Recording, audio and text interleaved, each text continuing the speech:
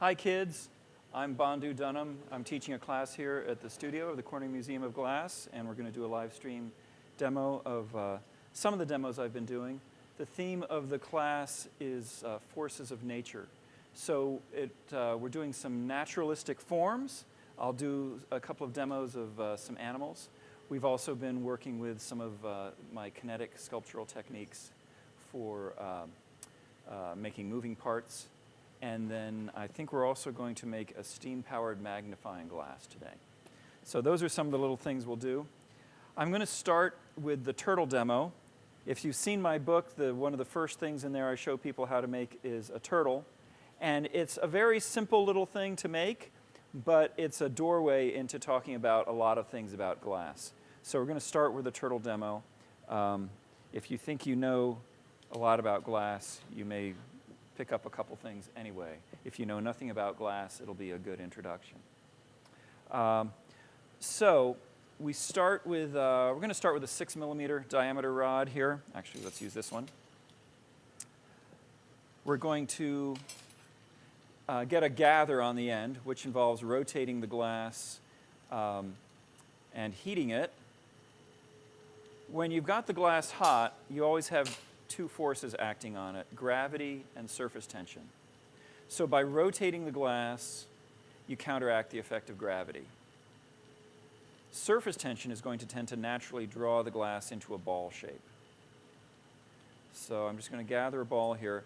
And by holding the rod at an angle, like that, I'm also using gravity to cause the glass to gather, to drop down, fall down towards the rod, and get this gather to be bigger. Here I'm using sort of an underhand rotation technique.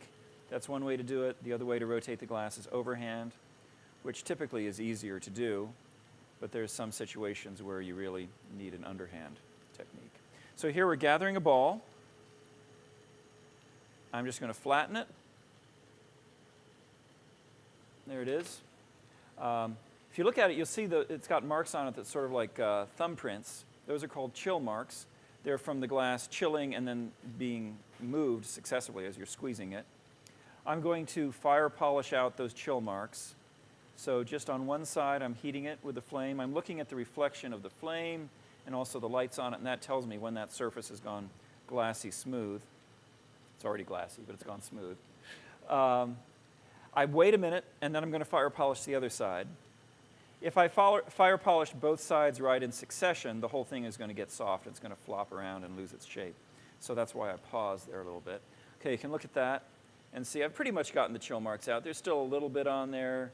If I really wanted to fuss with it, I could make it smoother. Okay, so here we have the body of the turtle. And then I like to tell people it now becomes an exercise in surrealism, because let me just get rid of this little excess glass here.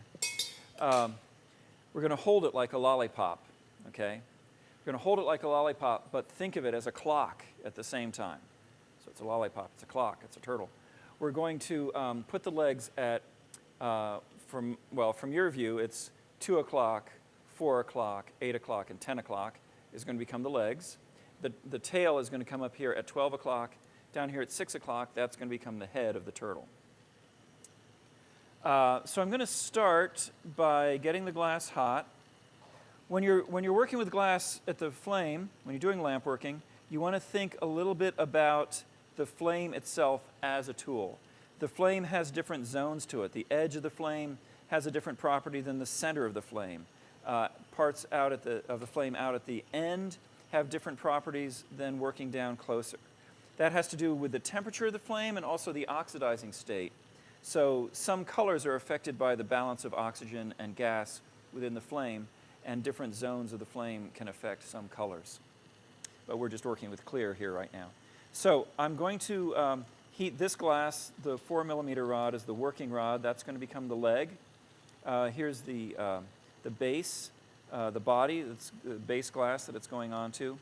So I'm using just the edge of the flame to precisely heat where I want the leg to go, and then the working rod I'm heating down more in the center of the flame. To connect the glass, you want it about the same temperature, so I join them in the flame drop out of the flame, wait a second, stretch a little bit, bend it over. Okay. Then I'm using surface tension and gravity to shape the flame as I'm shape the glass rather as I'm heating it in the flame, and that gives me the shape of the leg I want. Many times with glass working, the fewer tools you touch the glass with, the better. So that's the theme of the class being natural forces of nature. That's one of the things we want to learn about glass, is how to get the glass to do what you want with the minimal amount of effort on your part. Because glass is sort of a cruel mistress. It tends to do whatever it wants anyway. So it's good if you can learn how the glass works so that you can set it up to do the thing that you want. So I've put the two back legs on the turtle. Now I'm going to do the tail. And you have to practice what I call flame awareness, which is being aware of not only what the flame is doing right where you're working, but also the flame continues out here, right? So it's very easy, for example, if I were putting the leg on the turtle, to accidentally melt this other leg that I already did. So I need to position the body of it. So here, like this, you can see that the flame is now going away from it and heating only the spot where I want to work. So that's one of the things to pay attention to. Getting the precise control of the flame. Touching the glass in the flame for a good connection. Wait a second, a little bit of a stretch. And then it's easier to do the shaping if these two rods share the same axis, if they're coaxial. So that's pretty much what I've got here. Now what's going to happen, this rod has been the handle so far, now it's going to switch. This rod is going to become the handle. And that, again, is a common theme in working with glass, where you're working with glass at the torch like this.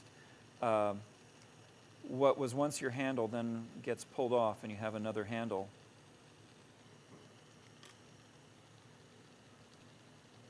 You can change back and forth.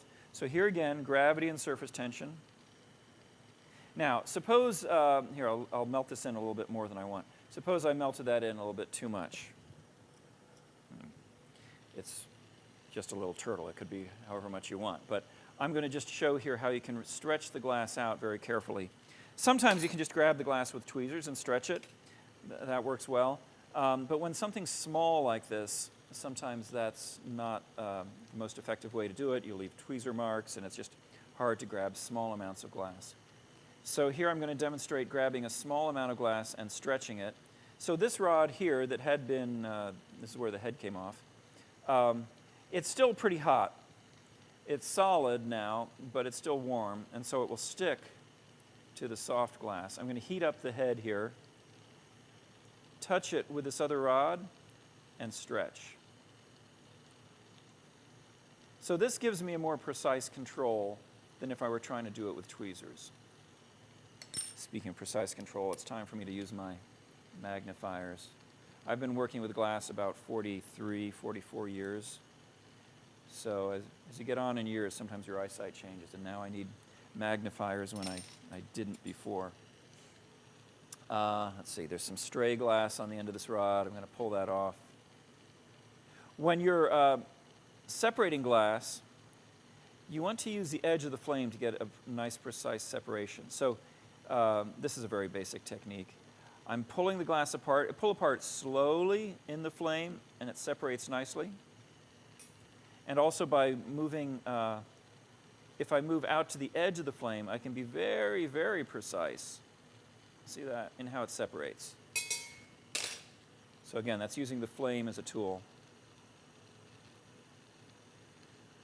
So now we're going to do the front legs. Again, I'm using the edge of the flame to heat the body. Bring in this leg glass. Join it in the flame, come out of the flame, wait a second, stretch a little bit, stretch and bend. And now to get the turtle to sit at the angle I want, let's see, that leg's probably pretty long. I'll show you how to set the angle in a second, but This front leg, it looks okay, but it's quite a bit larger than the back leg, so I'm going to take some of that off so they just match better. So again, you can just pull the excess glass off with the tweezers, but sometimes when you're dealing with a small amount, that can be awkward. So what I'm going to do is I'm going to heat this and pull it off with this rod. So the glass will go from what's hotter to what's colder. Okay, I think someone else observed this before I ever did. So I'm getting the glass hot here. Now I say colder. This rod is still quite warm to the touch, but relative to the other glass, it's cold. So I get that hot. I touch it outside of the flame, and I can pull it off. And again, using the edge of the flame, I can very precisely control how much glass I remove. Suppose I decided I'd taken too much off. Then I do it in reverse. It's going to go now from what's hotter to what's colder again. So I'm going to make this hotter and this colder. Again, those are relative terms. So I get this hotter, touch it to what's colder, and then pull away. And now I've added some glass. So that's how you can get control of precise amounts of glass without using a tool. The thing with tweezers is they chill the glass as soon as they touch it. So it limits how small a piece you can get, because you grab it with the tweezers, it chills the glass, and then you try pulling on it, and you're going to end up pulling off a bigger piece than you really want. So what I just did here is I've got the leg. I use the back two legs. So this is a good technique anytime you're making an animal or anything that needs to stand. These two back legs are now going to be a pivot point, and I come down and I set the angle that I want the turtle to sit at by stopping like that. Now, for the fourth leg, that also comes in. Let's see, that glass has gotten heated a bunch of times. I'm going to pull that off. Starts to get roasted after a while. That yellow flare that you see in the flame, I don't know if you have didymium lens on the camera, but if you're looking at the glass without the didymium lens, you'll see a lot of yellow flare in the fire, which is a little distracting. That's actually sodium burning off the surface of the glass.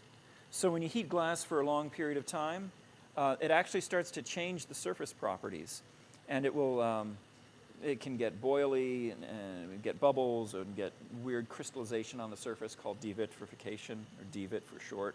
And weird things happen to the glass. So sometimes after you've been working for a while, you just want to, if it's glass that's been burned back and forth a lot, just get rid of it if you can, so that it won't act weird. Okay, so I'm going to get this other leg. Again, flame awareness, right? So that the flame isn't hitting the turtle itself, the work I've already done. Fold that over a little bit, thicken it up maybe. Pull it off. Again, see how I'm using the edge of the flame to separate it. It looks like I have too much glass, but we'll see. It can be deceptive. So I'm using the back two legs as a pivot, come down, and I use the third leg as a stop. Now, that fourth leg is sitting up basically because of the angle it's at. It's probably about the right amount of glass, but it needs to get pulled into position. It's actually maybe a little bit extra glass. So I'm going to use that same technique I used to stretch it before, where I have this glass is warm and soft, this glass is hot enough to stick, touch it, pull it down the way I want. Pulled off just a little bit of glass there. Bring it down, touch it, so the third leg touches, and that sets the length of the fourth leg. All right, so the last thing we're going to do is to remove it from the tail.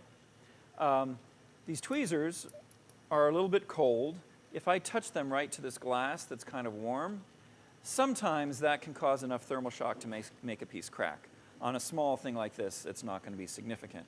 But just as a general practice, sometimes it's good to warm the tweezers a little bit before you grab the piece of glass that's warm. Generally, you want to keep your tweezers out of the fire. Beginners are often destroying tweezers by leaving them in there and not having flame awareness, right? So generally, you don't heat the tweezers in the flame unless it's to prevent thermal shock like this.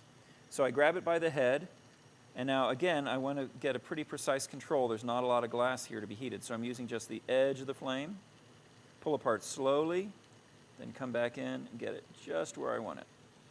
All right, so this is just a dumb little turtle, but all the things we've talked about apply to any other glass work you might do.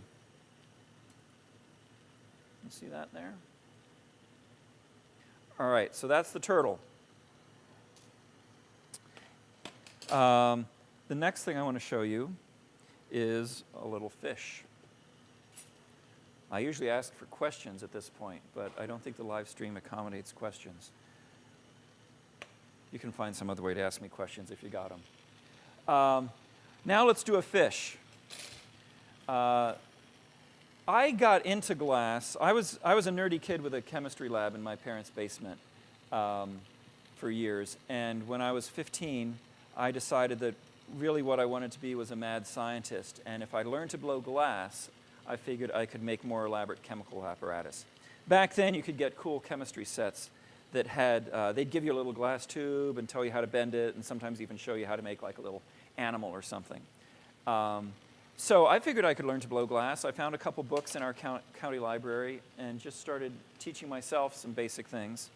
And animals were one of the first things I learned. And I still feel like learning to make glass animals is a really good way to develop technique, because if you make a variety of animals, you're going to learn to make every single shape. And as you saw from the turtle demo, even something pretty simple, if you unpack it, you unfold it, it has all the details of the things you need to know about how to blow glass and making more elaborate things that might have more philosophical content than a little turtle. You know, there's two dimensions to life, right? We have our inner life and our outer life. And the thing about art is that art is the interface between the inner life and the outer life. You take your inner passion, your inner ideas, and you make them manifest in a solid physical object, and that's bringing the inner life and outer life together. So it might start with something simple like learning to make little glass animals, but you can expand it into expressing things on a subtler and more sophisticated level, which is what the whole museum is about. So we're going to make a fish. We're going to start again by gathering a ball here. We're going to flatten it, just like we did for the turtle. Yeah, so I really got inspired to learn to blow glass from probably here. I lived in Connecticut, so probably one time when we came to Corning when I was a kid, I would have seen some of the guys blowing glass. I remember they used to have, in the science section, they used to have a glass spring. I don't know if anyone remembers that. They had this big glass spring, and you could push on the lever to make this spring. It looked like a giant bed spring. It's probably still in the warehouse somewhere or something. But that was really cool to see the glass spring. And they had the guys doing the little animal demos, as they still do. That's how you get hooked. Okay, so here's the sort of lollipop shape that's going to become the fish. I'm going to give him a couple of little eyes. Just some dots. When you're doing eyes on an animal, it's often a good idea, things that match, like eyes or ears, legs. When things have to match, it's sometimes a good idea to do the hardest one first. You do the hard one first, get it the way you like it, and then when you have to match it, then you're doing the one that's easier. So you're working, you sort of separated the difficulties. Instead of doing the easy one first, and then you're trying to match it while you're doing the hard one. That's how you create suffering for yourself. All right, well, these eyes, I'd like these eyes to pretty much line up right across from each other. So when you're doing eyes, it's often a good idea. Like if you look at this, they're not quite lined up. One's back a little bit. But I also haven't melted them in all the way. They're still sitting there as raised bumps. So I have the option now to still go back in there and push them around a little bit. You could push them with anything. That's maybe a little big. So the one that's back a little, I'm going to push forward just a hair.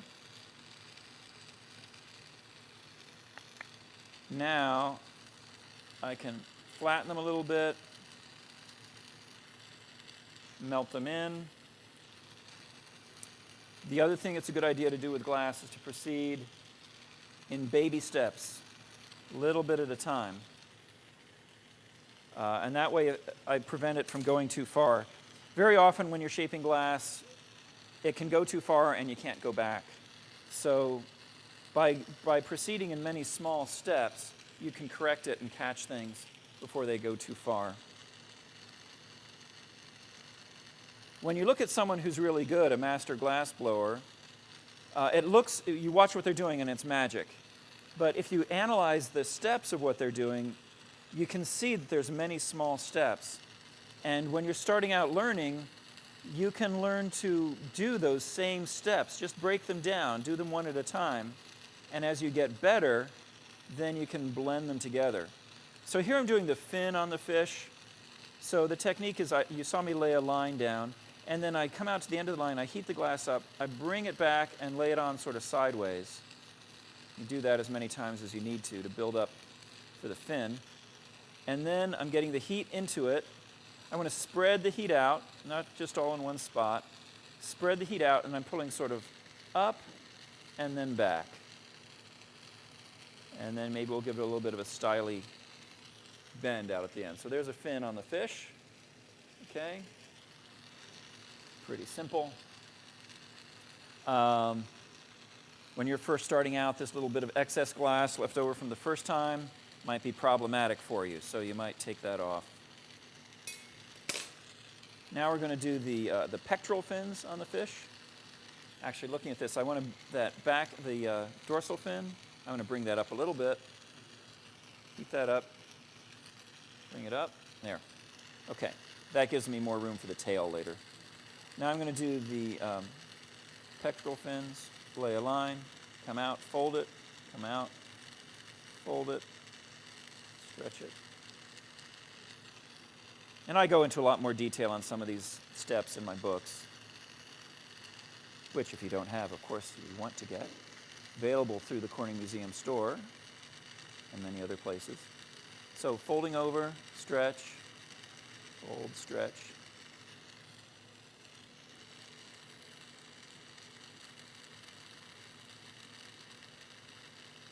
Okay, that one's a lot shorter than this one. So I sort of broke my rule there. I did the one that was harder to see second. So I'm going to look at this and decide. I actually feel like that first one's kind of longer than I need anyway. So we're going to pull off some of that.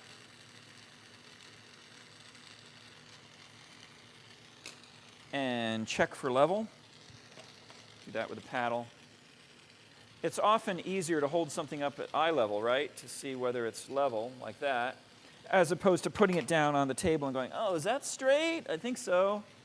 Can't really tell. So hold it at eye level. That's pretty good. Do the tail.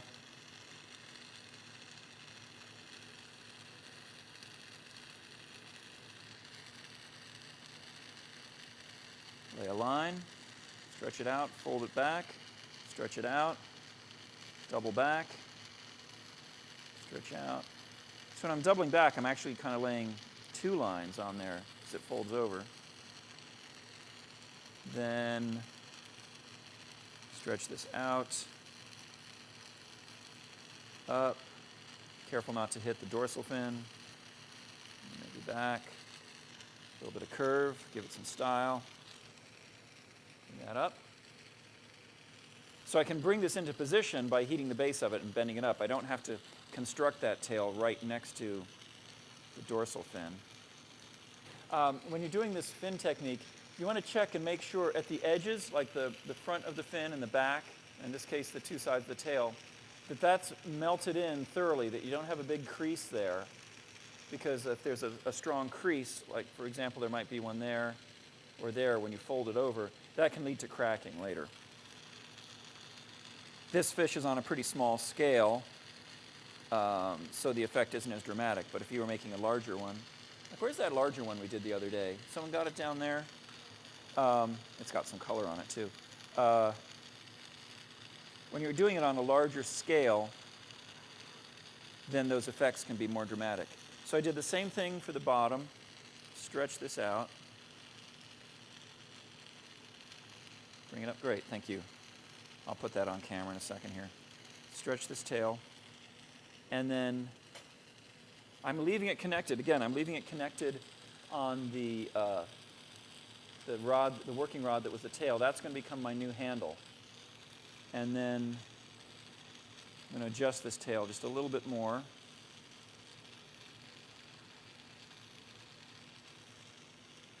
There we go. So when this is done, it's going to sit on 3 points. It's going to sit on those 2 pectoral fins and the bottom of the tail. So I'm trying to line up right now. I'm looking to line up these 2 points, and I'm sort of guesstimating where it's going to sit on the bottom of the tail here. And those points define a triangle. The piece will be stable if the center of gravity is above the area defined by that triangle, and preferably above near the middle of that triangle. So I think I've got that about right. We'll see how it stands when it's done. So now I'm going to finish this fish. I'm going to pull off the mouth.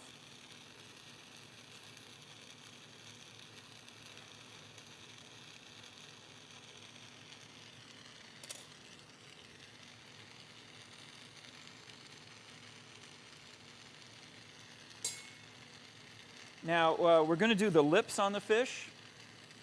And as I always tell my students, it's very important when you make the lips on the fish, you have to make the kissing sound, otherwise it doesn't work, right? So we're going to use the edge of the tweezers. We're going to get a little bit of a soft blob at the mouth. We're going to use the edge of the tweezers to shape the mouth. Get in there. There you go. It has to come over a little bit sideways. Like that. Okay.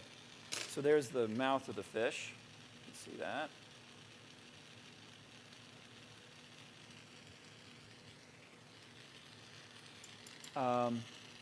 Now again, this is pretty small, so it's fine setting out.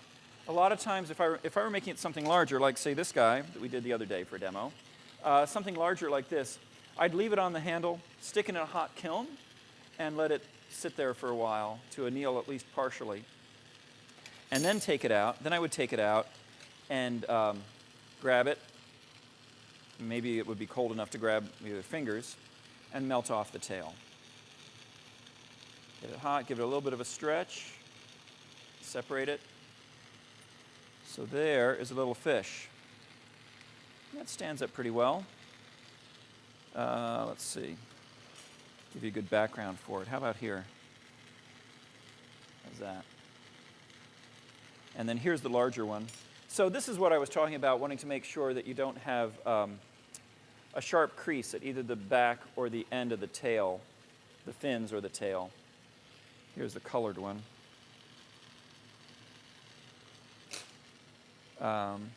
Yeah, so this one obviously has some colored glass in it. There's some striking color in this, which if we put this in the kiln and soaked it a little longer, this orange color would come out. You'd see more of the orange, even where it's yellow. Okay, so that's the fish.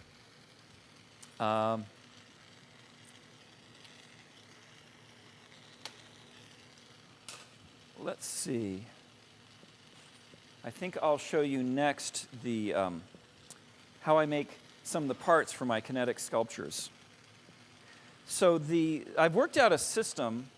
You know, when you have mechanical moving parts, you don't really want to have glass rubbing against glass. You either need some good lubrication in between there, which can be messy, or you want to put some bearings. So I tend to use bearings, like some plastic bearings. These are some 1/4 inch. These are made for a 1/4 inch diameter shaft. These are just a nylon flange bearing. 1/4 inch is a convenient size because 1/4 inch is 6.35 millimeters. So if I have a 1/4 inch bearing and I put a 6 millimeter rod in there, it fits in quite nicely with a little bit of play. And when I'm making my kinetic sculptures, they're all engineered a little bit loosely. So that little bit of play is probably a good idea. And then the bearings are held in place by O-rings. I'll show you how this whole thing goes together. So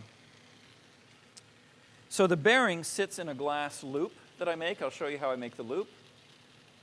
And then the O-ring sits on the glass rod. In this case, it's just sitting on the rod. I actually will put a groove in there normally to really lock the O-ring in place. I'll show you how I do that. And then it sits in the shaft, and then it can spin quite nicely. And it's not, super hardcore engineering. You wouldn't want to build a car this way. But for little novelty kinetic glass things, it's pretty cool. So this system works pretty well. The people who make these bearings should sponsor me. I'm not going to say their name until they sponsor me. So I'll show you first how I put the grooves into the axle. So this is what I call my groovy marver. I've taken a graphite pad here. I cut into it with a saw blade. I used to do 2 grooves at once, which I don't anymore. That's why you see 2 slits here. But you can see it's just a slit that was made with a saw blade.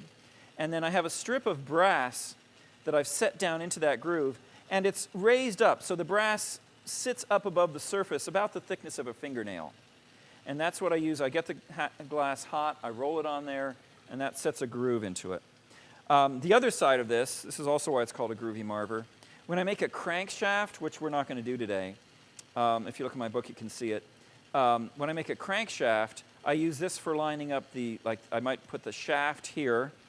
The shaft could sit in a straight section. And the throw arm of the crank I would make and set it in here. And that way I can make sure I have the alignment of the distances right. And I just made a complete grid here so I can make whatever size I want. That's how that works. But we're going to use the other side. So suppose this piece of glass was going to be a shaft. Actually, let's use this one.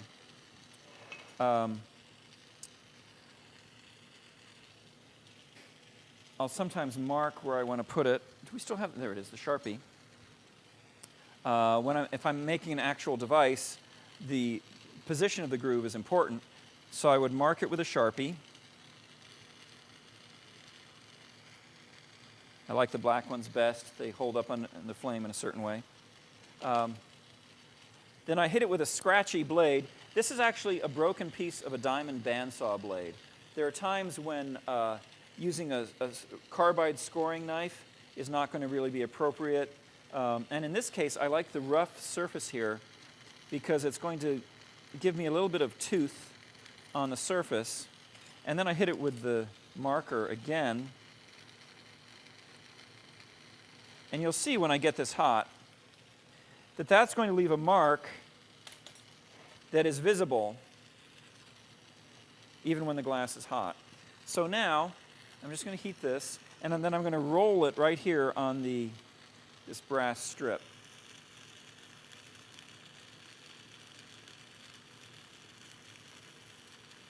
Get that soft. Roll that on there. And I can be fairly precise. I'm a little bit off. Be fairly precise about where I put that groove. It's a good idea to also fire polish the groove a little bit. If it has too sharp of an edge inside, then it can be cracked too easily, snapped too easily. So I roll that on the marver, and now the rod remains in alignment, and I put that groove in there. Another option I do sometimes for a thicker axle is I'll maybe carve into it with a saw, a wet saw, and then fire polish it. That's another option. Okay, so that's how I do the axle. The way I make the loop is take a glass rod. I'm going to heat it up, and I'm going to form a little loop. I have to sort of guesstimate how much glass I want to use. Some crud on there. To make a nice smooth bend in a rod, you don't want to get the glass super soft. You know, glass softens on a continuum, and we want it to have a sort of a little bit of a spine to it. Or I like to say you want the glass to be a little bit al dente. So you see it's soft enough to move, but it's not dripping. It's certainly not soft enough to make a seal where you would join two pieces together. So I'm bending this around, sort of guessing what diameter I want. And then I have this is a stainless steel tube that I put a little bit of wax on. Wax is at this end, I guess. And this is the same diameter as the outside of the bearing. It's pretty close. So when I use this to make a loop, I'm going to ream it out a little bit, maybe create a little bit of play to account for the fact that the glass will shrink as it cools. Just get that in there. Gently, gently. I'd like to not distort the round profile of the rod if I can. So I just work it in there a little bit at a time.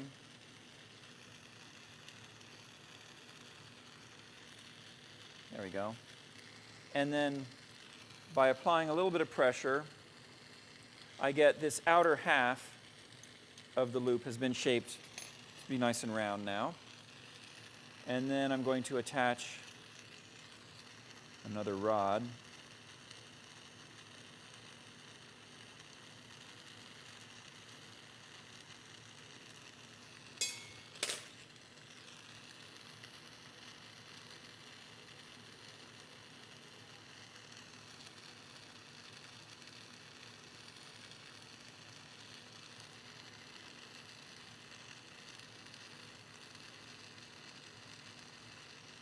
That.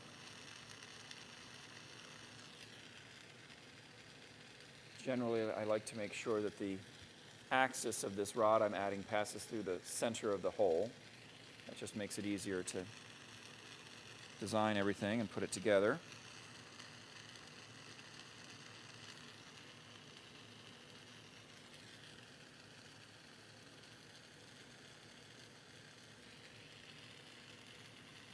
Okay. Take this off. Again, I want to sort of guesstimate how much glass to leave behind.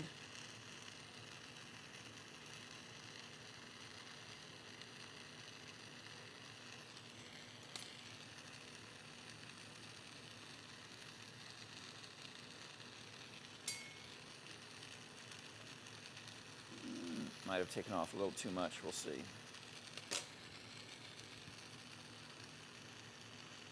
Yeah, probably need a little bit more glass on there. Yeah, it's too thin. So just add a little bit more back on.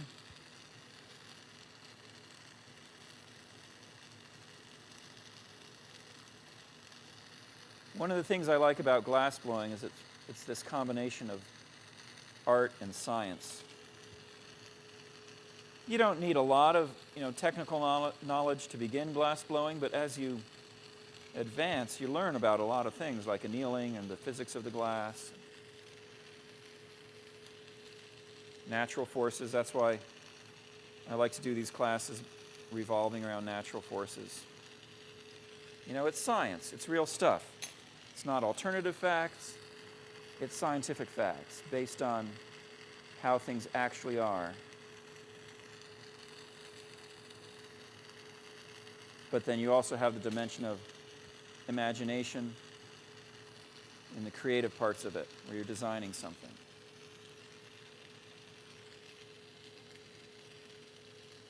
Again, it's that combination of the inner life and the outer life. You have a certain amount of fantasy in what you design, what you create, but you have to be grounded in reality. And actual science that people have figured out, scientists and engineers. That's the other thing you really see here at Corning, because there's been a lot of scientific research by Corning Incorporated over the years. That's why we have a lot of the things we have, whether it's the scientific equipment, the glass we use to make things, glass on your cell phone, all that great stuff. Science and art, inner and outer life. Okay, so there's that loop. Now it's too hot to put it together right now. It has to cool off. But that would assemble like this. So that's how I would make some of the components for something like this. This is just like a little motion study I did. It's a little fun piece. Let's see, where's the best place to put it? Well, maybe for that camera there. So it's got a little hand crank. It has the grooves where the O-rings sit, and you've got the bearings. And then these loops are open here just for assembly. And here you turn the crank, and the dolphins jump up. They leap. Probably what I'll do on this piece, I think I'll make some waves. You know, some waves like right here that kind of define a surface so that it looks, you can really see the dolphins as leaping above the surface. Let me try that at another angle here. Maybe for that camera.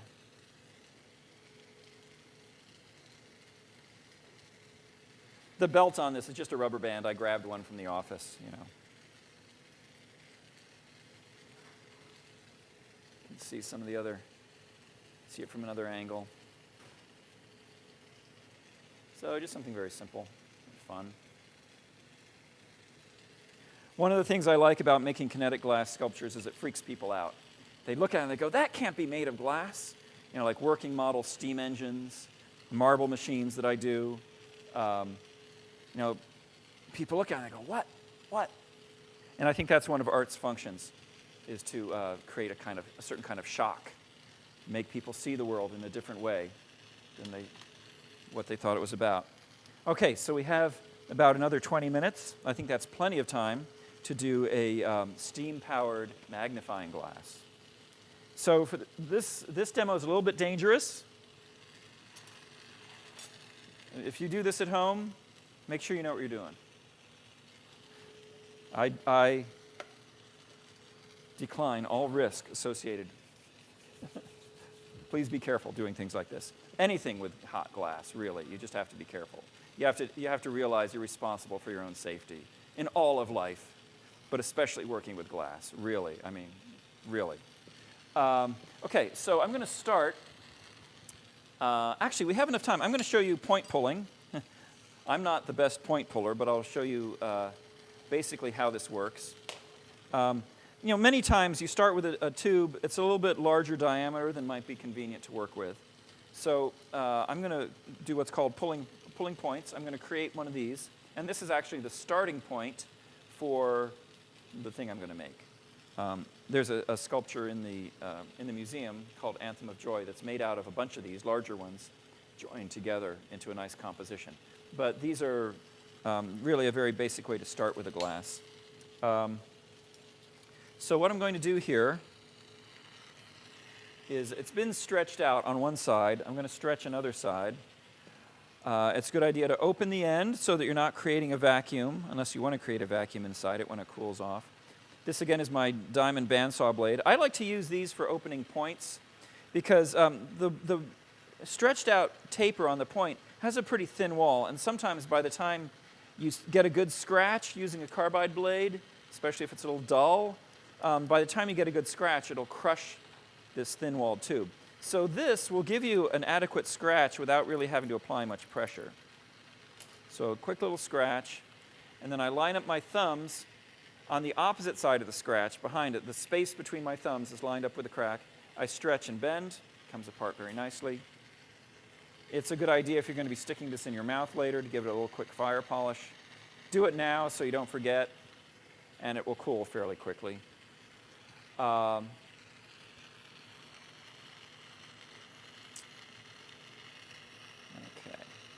So I'm going to start by straightening this side of the point. They're pretty much always crooked when you pull them. I mean, even someone like Cesare Tofolo, there's probably a live stream of him too, isn't there? I took a class with him here a few years ago. He's like one of the best glass blowers in the world. But even when he pulls points, he goes back and straightens them to get them straight enough for what he wants to do. My points are always a little bit funky because I don't do it necessarily every day, that same technique. Okay, so I've got my handle fairly straight. The idea is for this to be coaxial with this. Heat it up. Generally, when pulling points, what I recommend to people is to heat a length of tubing that's equal to twice the diameter of the tube. So a length of tubing equal to twice the diameter. If the wall of the tube is thicker, like this one is, thicker wall tube, you might not need to heat up quite so much. You want to try and get the heat fairly evenly distributed. The more evenly distributed the heat is, the straighter the pull will be. So get that soft. Come out of the flame. Maybe wait a second for the heat to even out, and then start pulling. Sally Prosh likes to tell people to say, pause and say, "Oh, beautiful glass," before you stretch it. That gives it time for the temperature to even out, and also it makes the glass gods happy, so that when you're working, the glass gods will smile on you, which is what you want. Okay, so that's basically how you make a point. Now this one's too hot to use right now, so just like a cooking show, I've got the one I made before. Now we're going to make our steam-powered magnifying glass. We really don't need the point handle, except I'm going to use it as part of the magnifying glass when it's done. So I'm just going to melt off this extra handle. This is the open end, right? Yeah, that's the open end.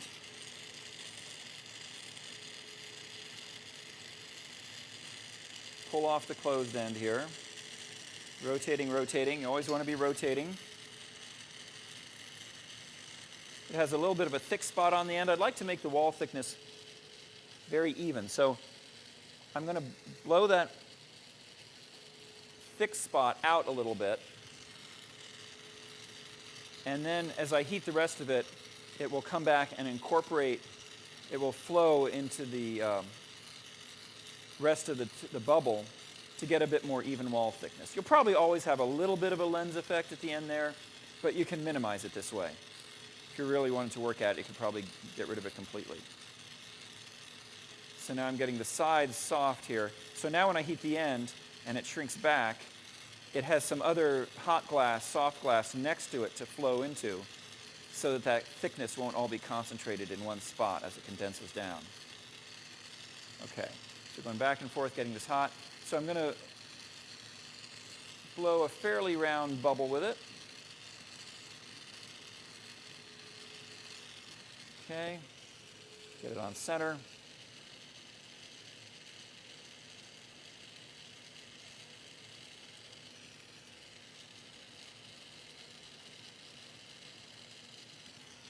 Okay. Now, because I started with a fairly thick wall, you can see there's still some lens effect there. It's less than it would have been. Because I started with a fairly thick bubble, now I have a couple minutes to wait for it to cool off. But basically what's going to happen is, right now it's hot. The air inside is hot. It's starting to cool. So what's happening is the air inside is starting to shrink a little bit. And so it's going to be drawing air in here, creating a little bit of a vacuum and drawing air in. What I'm going to do is I'm going to use that vacuum to draw a little bit of water into the tube. Then I'm going to tip it over, and that water is going to run down inside. And because the glass is still pretty hot, it's going to boil that water and displace most of the air that's in there, because it'll create steam. The steam will displace most of the air, and you may even see some steam shoot out the end. And then that steam is going to start to condense. I'm going to return it to the water, and as that steam condenses, it's going to draw water in, and it will condense so much that it will completely fill this with water, and then we can use it as a magnifying glass. It's actually the way the original steam engines, when steam engines were invented, they worked by suction rather than pressure. So they had a big cylinder, they boiled water, it made steam, and then they cooled the outside, and as the steam condensed, it pulled a piston rather than pushing a piston. And then they fairly soon figured out that wasn't the most efficient way, but that's how they started. So we're actually going to, that's why this is a steam-powered magnifying glass, right? So we're going to draw a little bit of water in here. I want an insulated holder for it, because it's going to shoot some steam out, which can be uncomfortable. This is just a folded over piece of paper. I learned this trick from my Gilbert chemistry set, I think, years ago when I was 12 years old. It's a very impressive thing to see when you're 12 years old. So this is sort of magic when it works right. So it's going to draw a little bit of water in here. Like I said, the wall of this bubble is a little bit thick, so it's going to be, the timing is a little bit different than when I usually do it. Can't see it yet, but I can see water starting to draw up here. I'll try and put it in position so the camera can... There, maybe you can see it on the camera. The water line has come up here. It's making its way slowly up past the paper. I can move that down a little so you see it sooner. There, you see the water starting to come up. So I'm going to, when it gets up here, I'm going to flip it over so that the water can fall inside here and shoot out steam. You see how it's slowing down? One of the things that's happening is the water is now approaching and touching the hot air, and that's actually producing a little bit of steam and pushing the water down. So there's an equilibrium happening here. See the equilibrium shifting. That's one of the cool things about glass. You know, you see all these physical forces going on at once. All right, so this is about as far as it wants to go right now. So I'm going to flip it over. I'll try not to hit Rob with the jet of water, of steam. Flip it over. So it shot some water out, but there's some water down in here still. And that water's pretty hot. It's creating steam. And there you can even see some steam come out. Now I put it in, and the steam is going to condense, pull up, and magically fill it up. There's a little bit of bubble in there. That's from the little bit of residual air that was in there. So now we'll try and get that bubble out. Sometimes this takes a couple minutes just to get that up there. Bum, bum, bum, bum. Now when I seal this, of course, it's going to get hot, and that's going to make more steam. So if I were to just stick this in the flame and try to seal it off, it would keep popping open, popping open. So what I'm going to do is seal it in 2 stages. I'm going to heat next to the end of the water. Let it shrink. It's not quite closed. You can see that. There's still a little bit of an opening. And then I'm going to let that cool a little bit. I'm going to cheat and not let it cool very much. But if I were making these, you know, I might make 5 of them at a time and stop at this point and then set them aside, maybe put it in something, you know, vertical so that the water doesn't hit the hot glass, right? Let it cool, come back, and then do this final seal.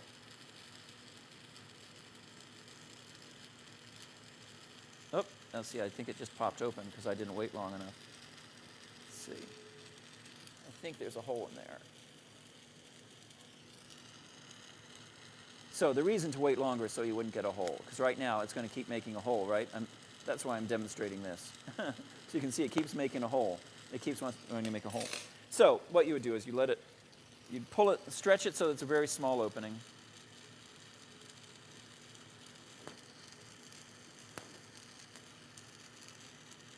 It gets to be a mess. So that's why I have another one that I made already. You stretch it, have a very small opening, let it cool, open it up, or close it off. So here's one I made earlier. You see there's still a little bit of air left. But there's the magnifying effect.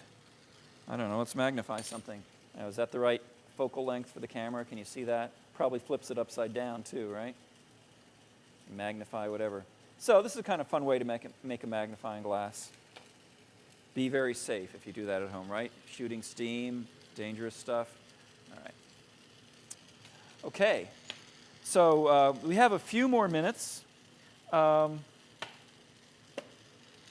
in the present audience have any questions or anything they want to see again? Try to think of what people at home want to see.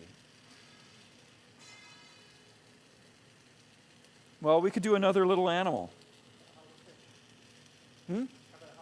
A hollow fish. I don't know if we've got enough time to do a hollow fish, but we'll try a simple version, since we have a point here.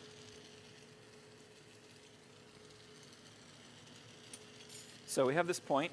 This is the open end.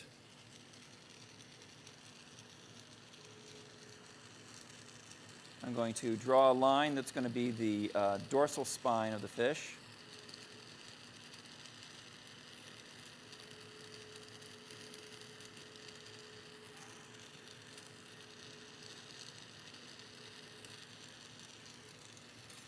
When you attach solid glass to hollow glass, you want to make sure that it's well connected. You don't have a strong seam. You know, you don't want to seam anything that you could catch a fingernail in, right? Because that can lead to cracking. So I'm getting this melted in a little better. And it's also nice to have a transition from the thick solid to the thinner hollow wall. Okay, so there's the beginning of a fin. That's just the base of it.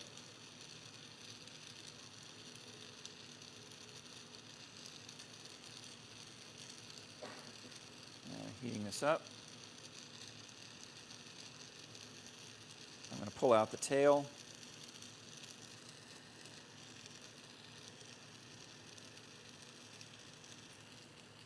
Start to flatten that a little bit. Okay.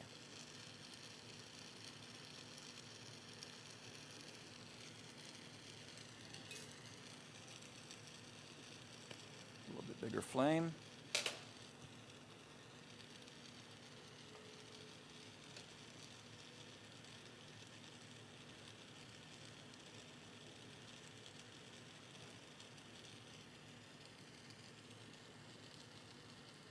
Flatten that. Every shape you ever want to make is in some animal.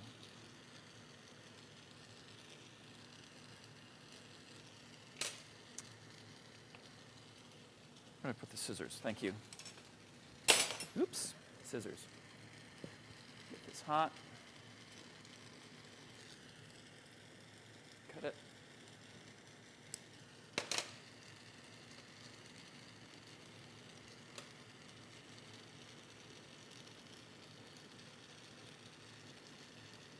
Up.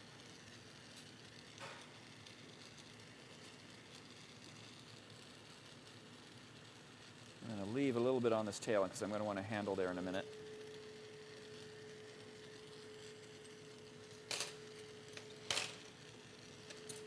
Let's make the dorsal fin.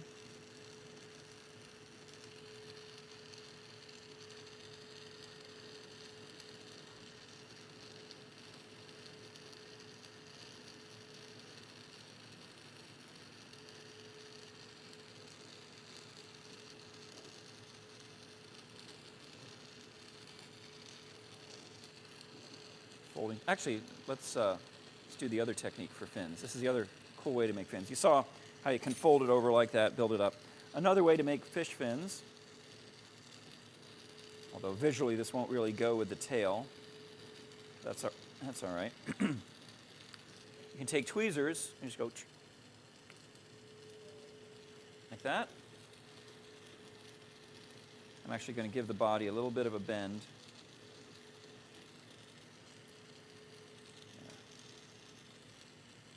There. So there's cute little fins on the fish. When you're making glass animals, you really want people to look at them and go, "Aww," right? You want them to be cute. Let's see, do the fin that's harder to see first. And get it melted nicely into the tube.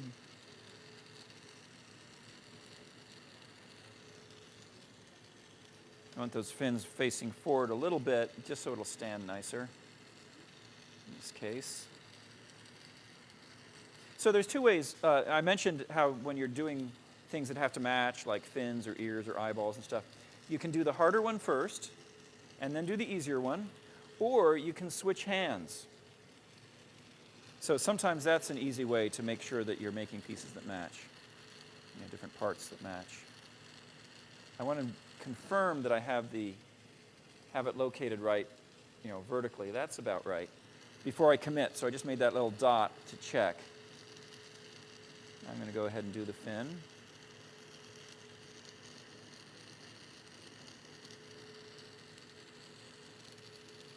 See how that matches. Might need to stretch it a little bit more. And I want to check the end of the fin, make sure that there isn't too much of a crease there.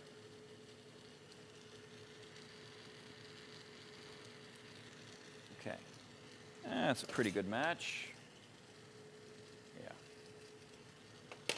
And maybe give it some little eyes. Straighten that guy up. He shouldn't be on his side. Both of those.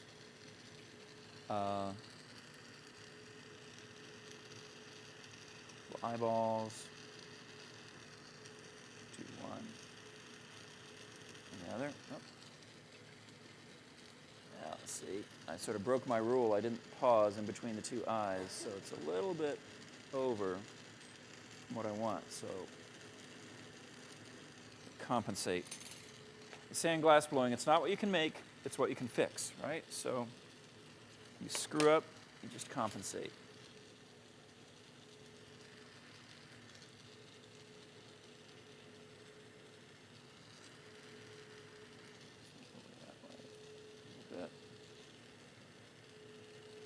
That's pretty good.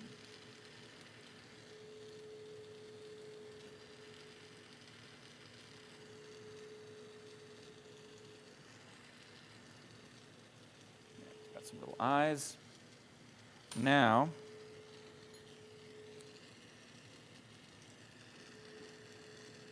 some crud on the side of this tube that I didn't see. It's all right. There's a piece I grabbed out of the scrap bucket. Now I'm going to do the mouth.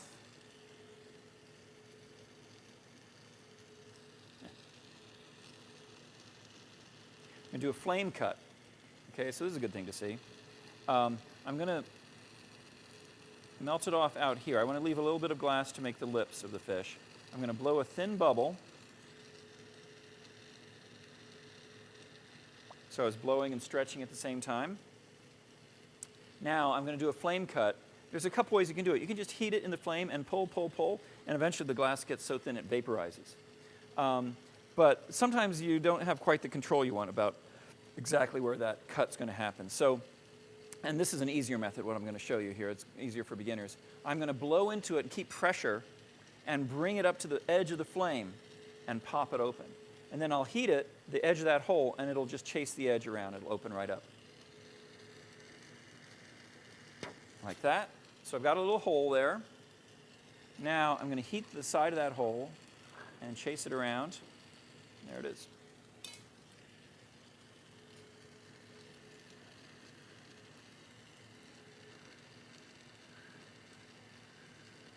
That shrink back a little bit. Sometimes you can just get in there with tweezers to open the hole up a little. Actually, where are those tweezer jacks? So here, aren't they? Where'd those tweezer jacks go? Do I still have them? Anyway. Just open it with this.